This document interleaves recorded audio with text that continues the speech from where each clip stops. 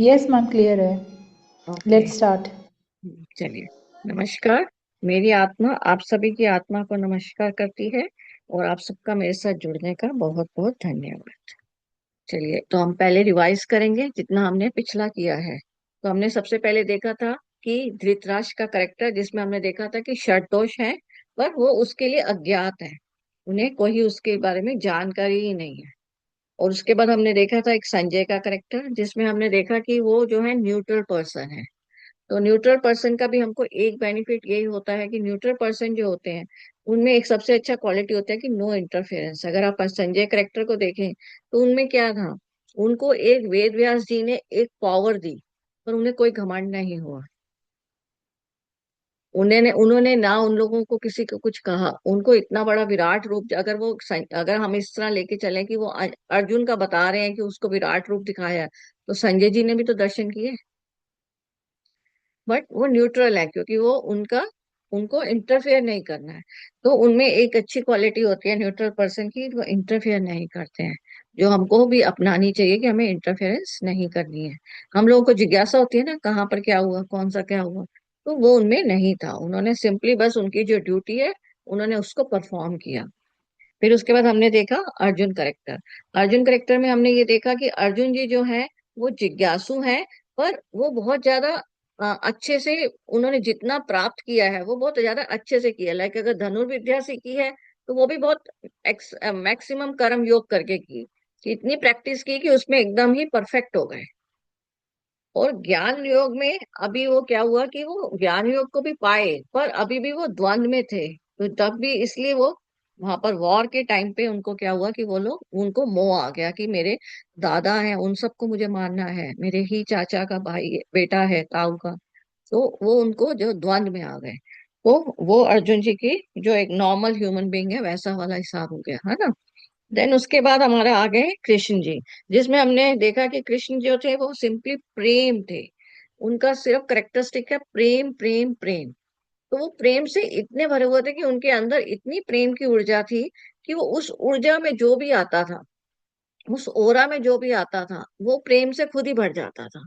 और उस प्रेम से वो भरने की वजह से, उस ओरा में आने की वजह से, उस प्रेम में भरने की वजह से वो उसका क्या होता था कि वो अगर वो माखन भी चुरा रहे हैं तब भी उनको अच्छा लगता था, उनके चीर चुरा रहे हैं तब भी उन गोपियों को अच्छा लगता था। तो प्रेम की ऊर्जा में बहुत ताकत है। तो अगर हमें अपनी प्रेम की ऊर्जा बढ़ानी है तो सबसे पहला अगर हम ध्यान से देखें तो सिंपल से, हमने उस दिन भी एक्सरसाइज की थी डे 4 वाली उसमें देखेंगे तो आप अपनी आईज को बंद करके आप अपने आप को हग कर सकते हैं। और उसमें आप कह सकते हैं मैं प्रेम हूं और मैं सभी को प्रेम दे रही हूँ। So I am love, I am spreading love. और हल्के से वापस आ जाए। अगर ये हम कभी भी करते रहेंगे ऑटोमेटिकली हम क्या होगा, हृदय चक्र में आ जाएंगे। हृदय चक्र में है तो हम ऊपर के चक्रास में है, तो ऑटोमेटिकली हम प्रेम से भर जाएंगे।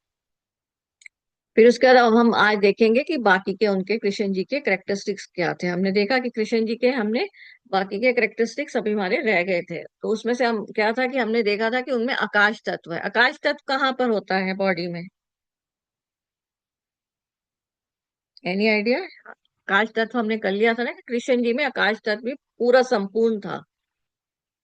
तो हमने वो डे 4 वाली उसमें बताया था आकाश तत्व हमारी बॉडी में कहाँ है।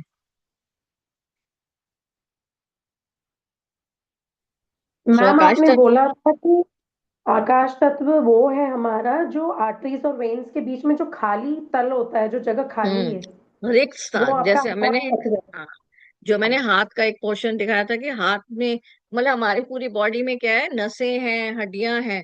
पर अगर ये फेफड़े हैं, इन सब में कहीं पे भी देखो, गले में भी अगर ये है, तो कहीं ना कहीं रिक्त स्थान भी है ना इसके अंदर। अगर इमेजिन करो तो पता चलता है कि हाँ रिक्त स्थान भी है। वो हमारी बॉडी का आकाश तत्व है। तो अभी हम जो विचारों को अंदर ही दफन कर लेते हैं, अंदर ही रख लेते हैं, वो सब हमारे आकाश तत्व में भर जाते हैं। तो मेडिटेशन से भी हम लोग उनको रिमूव करते हैं, हमारे अंदर से निकलते हैं। फिर उसके बाद क्या था, कृष्ण जी जो थे वायु तत्व, वो तो हमने देखा है कि हृदय चक्र वो प्रेम से भरे हुए थे। तो उनमें वायु तत्व, मतलब वायु तत्व में एक और चीज क्या है कि प्राण ऊर्जा उनकी बहुत अच्छी थी। तो प्राण ऊर्जा मतलब वो जो सांस लेते थे तो अंदर हमारी जो प्राण होती है, ये ऊर्जा, ये 5 चीजों में डिवाइड हो जाती है। कुछ ऊपर के लिए, कुछ नीचे जो मल मूत्र निकालते हैं, कुछ पूरी बॉडी को सप्लाई के लिए। इस तरह करके वो पांच उनमें डिवाइड हो जाती है, जिनको हम उदान, सम्मान, प्रदान कहते हैं। ये सारी हमारी पांच ऊर्जाएं हो जाती हैं, और एक प्राण वायु ही होती है। तो ये सब हमारी डिवाइड होती है। वो उस सब में भी उनमें माहिर, उन्होंने काफी उस पे नियंत्रण पा लिया था। ऐसे ये आपके हनुमान जी हैं, उन्होंने भी उस पे नियंत्रण पाया हुआ, इसलिए उसको वायुपुत्र कहा जाता है हनुमान जी को। तो हनुमान जी ने उस पे नियंत्रण पा लिया था। तो जो इंसान वायु तत्व पे नियंत्रण पा लेता है उसको अष्ट सिद्धियां प्राप्त हो जाती हैं। इसलिए हनुमान जी के लिए कहा जाता है अष्ट सिद्धि नवनिधि के दाता। तो इन आपको जब ये आप ग्रहण कर लेते हैं तो इससे क्या होता है कि आप अपनी बॉडी को स्मॉल, लार्ज, भारी, हल्का सब कर सकते हैं। जो हनुमान जी में हमने देखा ही हुआ है। उनके अगर सुंदरकांड पढ़े तो उसमें है ना, उन्होंने अपनी बॉडी को बड़ा किया है, फिर छोटा सा रूप करके मच्छर के रूप में बन के उसके अंदर से, मुंह से, राक्षस के मुंह से अंदर निकल के बाहर आ जाते हैं, सुंदरकांड अगर हम पढ़े तो ये वाली पावर्स आपकी आ जाती हैं। तो इसलिए हनुमान जी में इतनी ज्यादा थी कि उनको वायुपुत्र भी कहा गया है। फिर हमारे यहाँ जल तत्व में निरंतरण, कृष्ण जी का जल तत्व में निरंतरण था। उससे क्या था कि वो समुंदर या नदी ये सब चीजें ऐसे ही पार कर लेते, जैसे हनुमान जी वो उड़ सकते थे ना। तो संविधान ये आपका जो जल तत्व है ये क्या होता है आपका संविधान स्वादिष्ठान चक्र में होता है। स्वादिष्ठान चक्र जो है वो जल तत्व है एक्चुअल में हमारी बॉडी का। ये आपका क्या है अवचेतन मन। तो अवचेतन मन मालूम है सबको क्या होता है?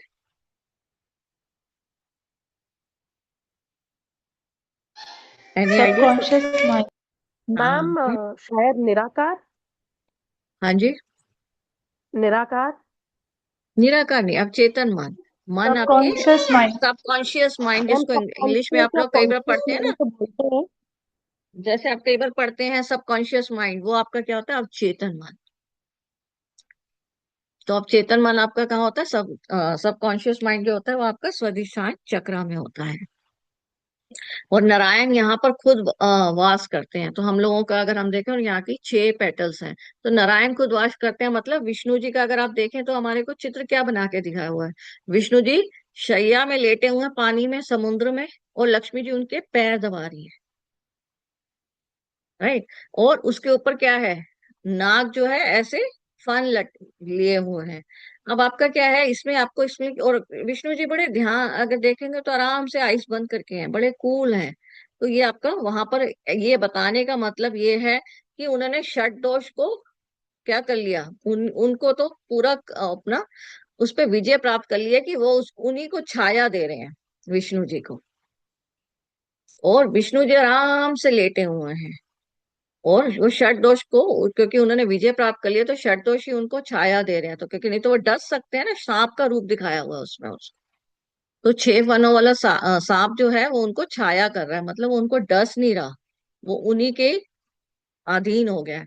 और जो ये सब प्राप्त कर लेता है, लक्ष्मी तो उनके चरणों में आ जाती है। तो इस तस्वीर का मतलब ही एक्चुअल में ये है। तो पहले हमारे यहाँ ये तस्वीरें दिखा के हमको समझाने की कोशिश की गई थी। तो मतलब जो विष्णु रूपी होगी, जिसने विष्णु को प्राप्त कर लिया, लक्ष्मी तो उनकी है ही है। फिर उसके बाद उनका पृथ्वी तत्व पे भी नियंत्रण था, मतलब नींद, भूख, प्यास, इस पे नियंत्रण था। अगर कितने महीने आपको भूखे रहना पड़े, अगर नींद है तो वो भी उनका नियंत्रण था, कि अगर नींद, बिना नींद के मतलब सारा टाइम। तो अगर आप देखें तो जब युद्ध था, 18 दिन के युद्ध में कृष्ण जी क्या करते थे, रात को पूरी पॉलिसी बनाते थे कि कैसे अब करना है अगला दिन। तो उनका नींद में नियंत्रण, इवन ये जो अर्जुन थे उनका भी नींद में नियंत्रण था। ये अभी आगे हम जब गीता पढ़ेंगे उसमें आएगा एक श्लोक में, जहाँ पर उनको बताया गया है कि आपको तो नींद में भी नियंत्रण है, आप कैसे ऐसे ही कर सकते हैं।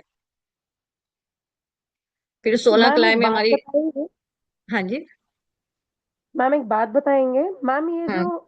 आप बोल रहे हैं कृष्ण भगवान, अर्जुन हो गए, राम भगवान हो गए, तो मैम ये तो देखिए भगवान है, इनको सिद्धियां प्राप्त हैं, बट इन्होंने मैम किस रूप में सिद्धियां प्राप्त की? भगवान के ही रूप में कि पहले मनुष्य रूप में आए थे? श्री राम जी और कृष्ण जी का तो बताया यही है कि अवतार लिए हैं। पर अगर इन चीजों को अगर हम अगर वैसे समझें तो इसमें हमको एक्चुअल में ये समझ में आता है कि हम जब मैंने आपको अगर आप डे 4 की देखेंगे दोबारा, स्लाइड, उसमें आप देखिएगा तो उसमें मैंने यही बताया हुआ है कि अगर हम ये सब को मतलब ध्यान से, अगर हम अपनी ये सब पावर्स को, हमारे को मनुष्य रूप दिया इसलिए जाता है कि हम अपने अनुभव और अपने इन सब को धीरे धीरे करते करते पावर्स को बढ़ा सकते हैं। हम भी वापस भगवान हो सकते हैं, क्योंकि हम सब भी तो भगवान का रूप है ना, उन्हीं के बच्चे हैं ना, एक से अनेक हो गए ना भगवान। हमने देखा था ना, एक मैम पानी है उनको उसमें दूसरे दूसरों में आ गया, पर हम में षट दोष है, तो हमें अपने षट दोष हटाने हैं, फिर हम भी वापस वही हैं। तो हम में भी वही सब पावर है, सृजन की पावर तो हम में है ना, हम भी तो बेबीज पैदा कर रहे हैं। Ma'am right. देखिए, वो अब बोलते हैं ना कि मनुष्य और भगवान में मैम कोई तो अंतर होगा। मैम ऐसे देखिए, सातों चक्र जैसे पार कर लिए मैम, सारी जैसे दोष खत्म कर लिए, बोलते हैं इसके पार हो गए आप, तो मैम वो भगवान ही कहलाएंगे, जैसे मतलब आप बोल रहे हैं। ओके, एक्चुअल में क्या है इसके लिए, इट्स बेटर कि मैं एक और स्लाइड बना दूंगी आपको, उसमें आपको ये पता चलेगा। जब अगर आपने एक देखा होगा तो डे 4 में मैंने एक पिक्चर दिखाई थी, जिसमें मैंने दिखाया था ऊपर ऊपर जाते जा रहे हैं, फिर उसका डार्क मैटर आ गया। राइट। जो काला दिखाया था मैंने, और दिखाया था कि ऐसे ऐसे आपका, तो हम लोग बोलते हैं ना हमारे ऊपर भी 7 लोक हैं। जी। है ना, हम लोग कहते हैं हमारे ऊपर भी 7 लोग हैं, पर डार्क मैटर वाली जगह से कृष्ण जी आए हैं, इसलिए कृष्ण जी को काला स्वरूप बताया गया। राइट। तो आपका क्या है कि भगवान, हम ये मान सकते हैं कि वो डार्क मैटर उस जगह पर वो वास कर रहे हैं। तो जब जब धर्म की हानि हो रही है तो वो अवतार ले रहे हैं। पर हम लोग जो हैं, हम लोग ने अब जब अवतार, हम लोग जब पैदा हो गए हैं, तो हमें वापस वहीं पहुंचना है। पर अभी हमारा क्या होता है कि हमारे में जितनी इंप्रूवमेंट्स हो जाती है, उसी के हिसाब से हमें वो वाला लोक मिलता है। तो जैसे गुरु नानक जी हैं, बुद्ध जी हैं, ये लोग तपोलोक में हैं इस समय। राइट। तो ऊपर भी ऐसे लोग हैं जिनमें वो लोग पहुंच जाते हैं फिर। तो जैसे हम में भी अगर हम इतना धीरे धीरे करके अपनी सिद्धियों, उसको सिद्धियां तो चलो ठीक है, सिद्धियां भी प्राप्त, जैसे अगर नीम करोली बाबा जी लें तो उनको सिद्धियां प्राप्त हो गई। राइट। तो जितना आप अपना को सेल्फ इंप्रूव करेंगे, उतना ही आप हायर डायमेंशंस में जाते जाएंगे। इन्हीं को आयाम कहा जाता है, और इंग्लिश में डायमेंशंस कहा जाता है। तो ये 7 लोकास बताए गए हैं वेदास में। तो हम उस तरीके से धीरे धीरे इम्प्रूव करते हैं। तो हम बर्थ लेते हैं, फिर रीबर्थ लेते हैं, पर हम अगर इस बर्थ में मैंने जितनी इंप्रूवमेंट कर ली, उस हिसाब से मैं डेथ के बाद उस लोक में रहूंगी। फिर जब मुझे वापस आना है, फिर उसके बाद मैंने जितनी और इम्प्रूवमेंट की, मेरा और ऊपर का लोक में चली जाऊंगी मैं। तो हम ऐसे वहां से वापस आते हैं और नीचे चले जाते हैं। अगर आप कहेंगे तो मैं उसका एक बना के ना, उसमें आपको उसमें क्लैरिटी कर दूंगी कि ये लोकस कैसे हैं। ठीक है। मैम मैंने बाकी मेडिटेशन क्लास में 7 लोग के बारे में सुना था, बट मुझे क्लियर नहीं हुआ था। हाँ, मैं आपको एक स्लाइड बना के ना, उसका मतलब एक एक्चुअली वीडियो बना एक्चुअली के उसमें मैम डाउनलोड कर। यही है कि आपका प्रमोशन होता जाता है ऐसा। हाँ जी, हाँ जी, वहां पर भी आपका प्रमोशन होता जाता है।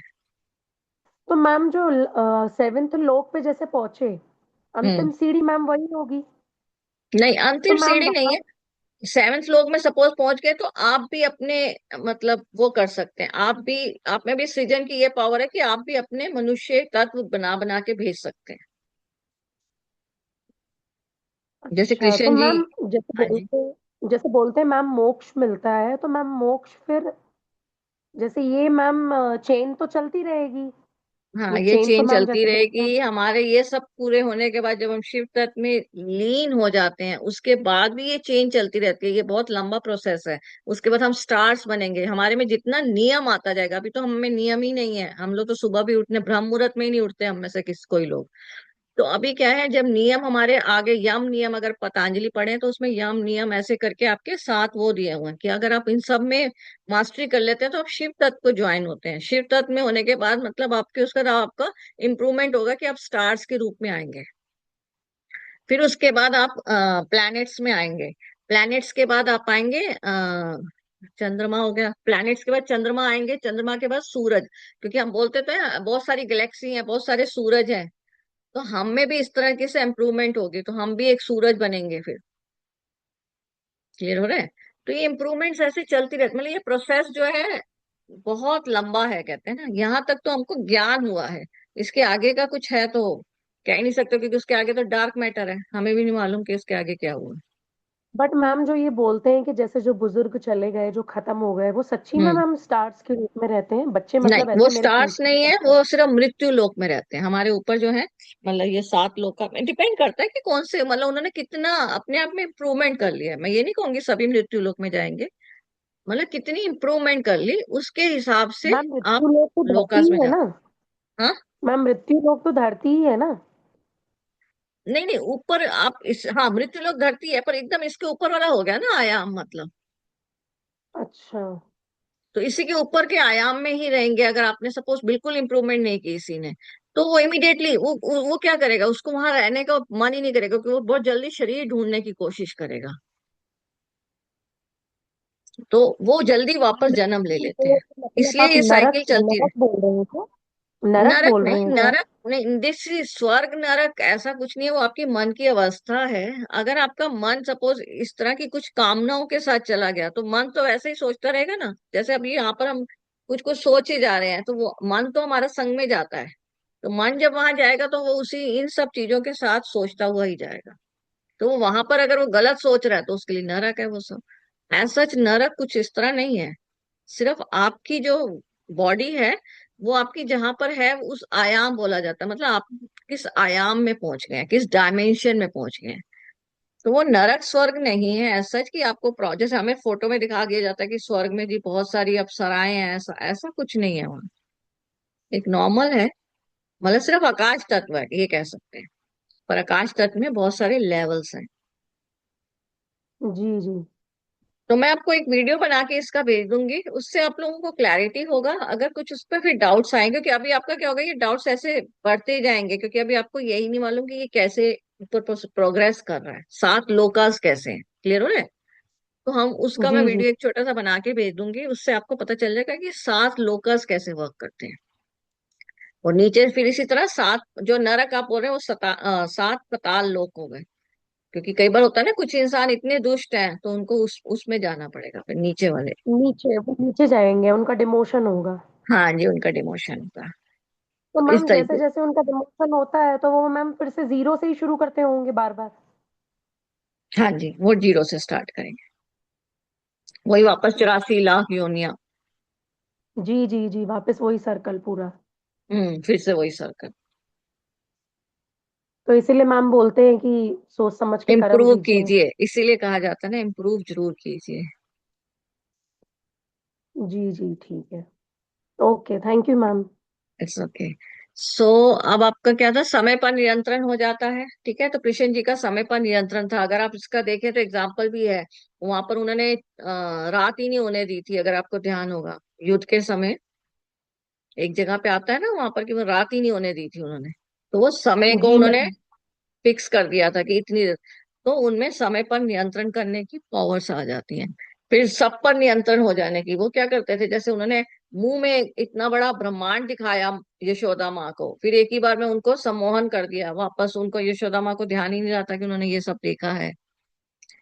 तो सब पर नियंत्रण भी हो जाता है, सर्वव्यापी हो जाते हैं। इसका बहुत अच्छा एग्जाम्पल है रास लीला। वो हर एक गोपी के साथ रास रचा रहे थे, हर गोपी को लगता था मेरे साथ है, तो वो सबके साथ इकट्ठे हो जाते थे। तो कारण के भी कारण हो जाते हैं, जैसे कि अव्यक्त अवस्था। अव्यक्त अवस्था होती है बहुत सूक्ष्म रूप। तो अगर हम सब भी अपने आप को लें, तो जब हम पैदा हो रहे हैं, तो हम एक बहुत छोटे से सूक्ष्म रूप में तो माँ के गर्भ में आते हैं, तो हम भी उस समय अव्यक्त अवस्था में होते हैं। फिर उसके बाद माँ हमको पोषण देती है और हमें एक बॉडी देती है, शरीर देती है।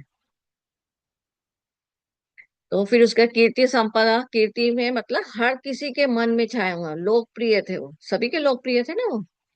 फिर उत्तरायण कला भी उनमें थी। उत्तरायण कला होती है कि अपनी इच्छा से डेथ को पाना। तो वो आपके पास भीष्म पितामह का एग्जाम्पल है। वो उत्तरायण के लिए वेट किया था उन्होंने, अगर आपको ध्यान होगा भीष्म पितामह जी का। तो भीष्म पितामह जी का क्या था, वो शैया पे लेट गए थे। उनको इच्छा, अपनी इच्छा से अपनी मृत्यु को पाने की शक्ति थी उनको, मतलब वरदान मिला हुआ था उसका।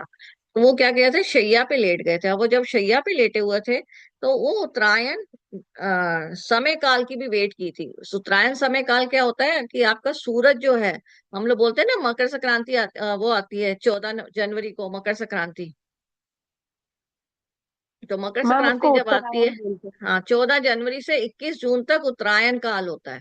तो हमारे यहाँ शास्त्रों में माना जाता है कि उस समय जिसका डेथ होता है वो सीधा स्वर्ग को गया, जिसको हम बोल रहे हैं, मतलब उसकी इम्प्रूवमेंट होगी। पर उसके बाद जो सा टाइम है वो वाले में उसको बोला जाता है उत्तरायण है, तो मतलब हो गया ना कि उत्तर का उल्टा क्या होता है, दक्षिणायन काल। तो दक्षिण वाला काल होता है, उसमें क्या माना जाता है कि वो लोगों को मृत्यु लोग, मतलब वो यहीं ऊपर, इसी के पास ही रहते हैं, और इमिडिएटली कोई नई बॉडी ढूंढने की कोशिश करते हैं कि हमको जल्दी वापस धरती पे आए। तो उत्तरायण कला जो थी भीष्म पितामह जी में भी थी, तो उन्होंने वेट किया था उस समय तक, ताकि दोबारा वापस ना आना पड़े, प्रॉपर मुक्ति मिल जाए उनको। तो वो अपना मुक्ति के लिए उत्तरायण कला की वेट की थी। तो ये हमारे शास्त्रों में उन दोनों कलाओं का बताया हुआ है। ठीक है, तो अव्यक्त मैंने जैसे बता दिया आपको। अव्यक्त का क्या है आपका, कि आप भी बहुत सारे छोटे, ये आपका देखिए इसमें मैंने बताया भी हुआ है, चैप्टर 2 में 28वां श्लोक जो है उसमें बताया हुआ है, सारे जीव प्रारंभ में अव्यक्त रहते हैं। सी अभी मैंने बोला ही था ना।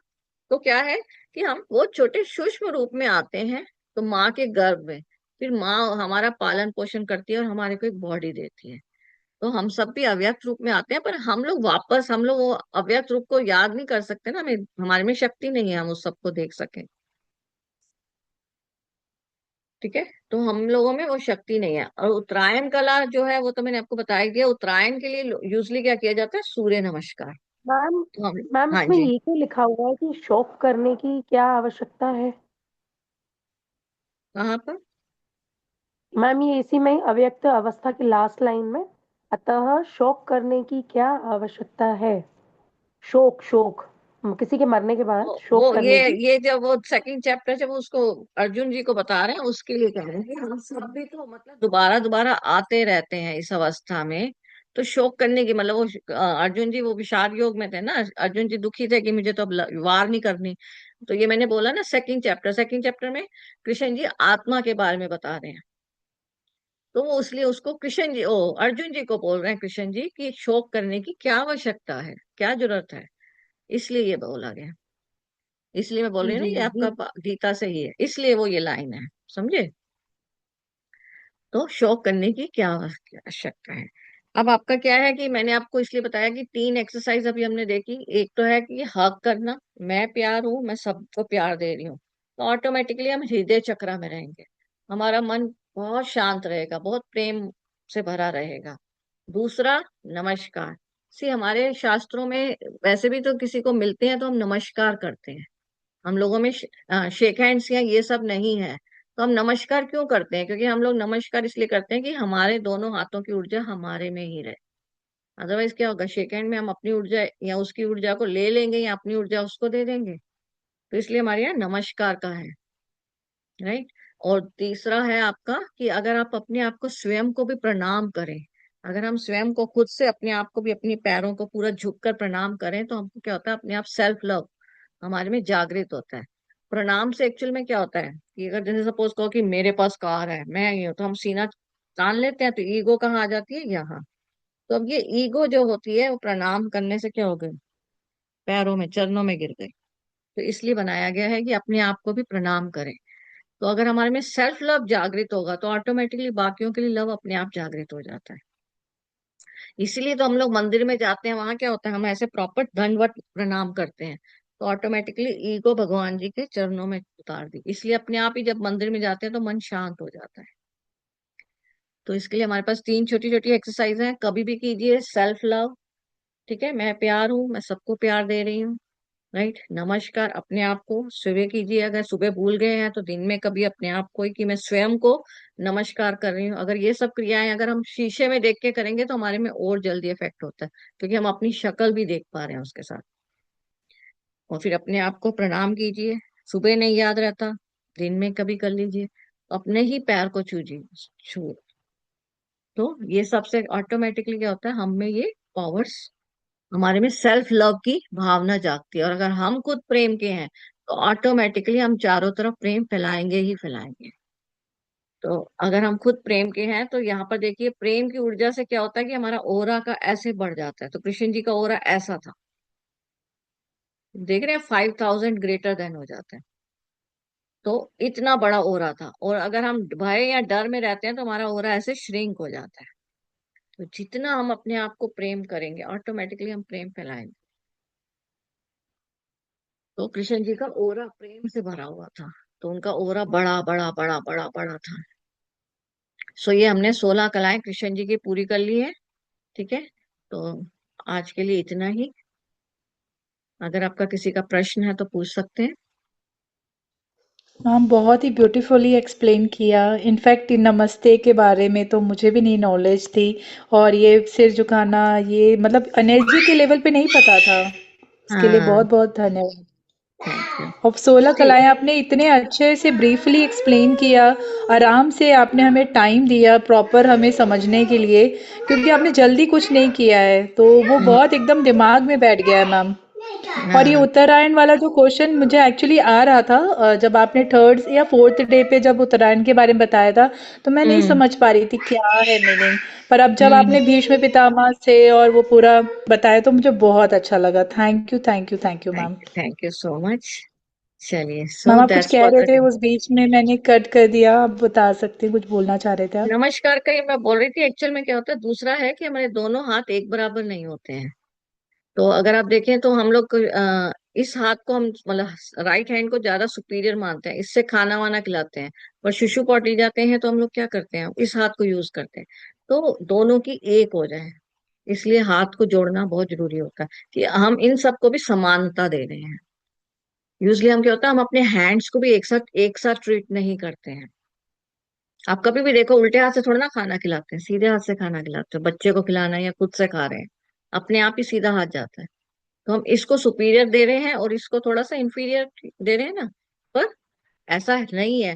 तो इस वजह से नमस्कार भी अवस्था बनाई गई थी हमारे वेदों में कि हाँ, ये दोनों भी बराबर हैं, पर वो अपने आप ही मतलब होता है ना, सबकॉन्शियसली हम लोग इसी तरीके से करते हैं। Yes ma'am, amazing knowledge. Thank you thank so much. Thank you. चलिए, आज के लिए इतना ही, कल फिर से स्टार्ट करेंगे। Thank you ma'am. Thank you. Thank you ma'am, बहुत सुंदर ज्ञान, बहुत थैंक्स।